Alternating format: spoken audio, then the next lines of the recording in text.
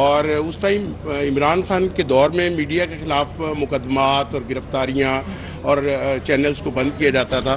تو آپ آواز اٹھاتی تھی، لیکن اب آپ کی گورنمنٹ آئی ہے تو اب بھی وہی سلسلہ چل رہا ہے کہ غداری کے مقدمات ہو رہے ہیں میڈیا مالکان پہ،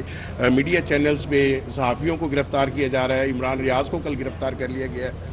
بڑا اچھا سوال پوچھا آپ نے۔ میں صحافیوں کے ساتھ آج بھی کھڑی ہوں، میں فریڈم آف سپیچ کے ساتھ آج بھی کھڑی ہوں۔ مجھے جو قلم ہے اس کی طاقت کا اندازہ ہے، اور میں فری سپیچ کو آج بھی سپورٹ کرتی ہوں، لیکن کچھ صحافی جو صحافیوں کا جنہوں نے لبادہ اوڑھا ہوا ہے اور وہ ان کی ایک جماعت کے ساتھ پوری افیلیشن ہے، اور کچھ چینلز جن میں ARY سر فہرست ہے، اگر وہ جھوٹ کو، پروپیگنڈا کو جھوٹ بولنے والی مشین کے طور پہ وہ سامنے آئے گا تو اس کے بارے میں پھر بات تو ہوگی،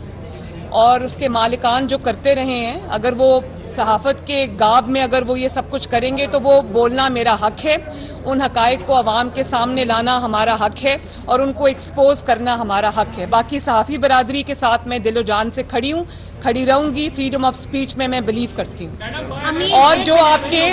آپ کے پرنسپلڈ صحافی ہیں جن کا کام صحافت ہے، ان کو کوئی انگلی بھی نہیں لگا سکتا، اگر لگائے گا تو میں ان کے ساتھ کھڑی ہوں۔ امین عباسی صاحب جی، امین عباسی صاحب آگے آ جائیں، آگے آ جائیں۔ السلام علیکم میڈم۔ پشاور میں بہت بڑی دہشت گردی کا واقعہ ہوا ہے، پوری قوم پریشان ہے، اور رات کو پشاور KP گورنمنٹ کے ترجمان نے کہا کہ ان کو پچھلی گورنمنٹ نے جو ہے وہ پیسے نہیں دیے کہ وہ وہاں پر جو ہے تمام انتظامات یا سیف سٹی پروجیکٹ مکمل کر سکیں۔ لوگ دہشت گردی میں مر رہے ہیں، مہنگائی بڑھ رہی ہے، اس پہ آپ بتائیں کہ عوام جو ہے اس کے لیے آپ کا کیا پیغام ہے؟ دیکھیے، جو واقعہ ہوا ہے 2 دن پہلے خیبر پختونخوا میں، یہ بڑا افسوسناک واقعہ ہے۔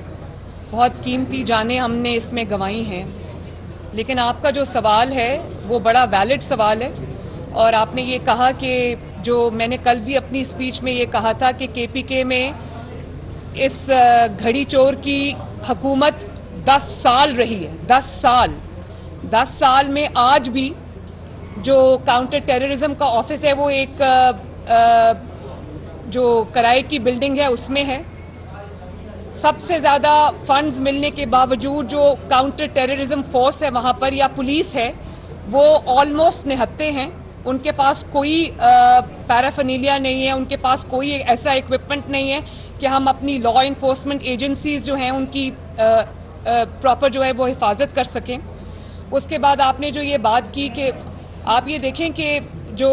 فورینزک لیب ہے وہ پنجاب کی استعمال کرنی پڑتی ہے، 10 سال ان کی وہاں پر حکومت رہی ہے، تو یہ یہاں سے ہی پتہ چلتا ہے کہ وہ اس کو حکومت کو کن مقاصد کے لیے استعمال کیا جا رہا تھا۔ اور پھر جس طرح سے آپ نے دہشت گردوں کے لیے دروازے کھولے، اپنی سرحدیں کھولی، ان کو اپنا دوست قرار دیا،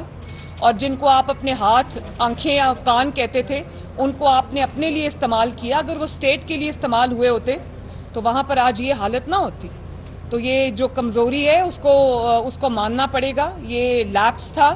یہ بہت بڑی ایک آئی تھنک ایک بہت بڑی کمزوری کے طور پہ سامنے آئی ہے یہ چیز، جس کے نتیجے میں ہمیں آج جو ملک امن کا گہوارہ بن گیا تھا، ہم واپس جو ہے وہ یہ اس طرح کے دل دہلا دینے والے واقعات جو ہیں، جو ابھی اتنا بڑا سانحہ ہوا ہے۔ تو میری دعا ہے کہ اللہ تعالیٰ آنے والے وقت میں ملک کو اور عوام کو محفوظ رکھے۔ ممتاز نیازی صاحب جی۔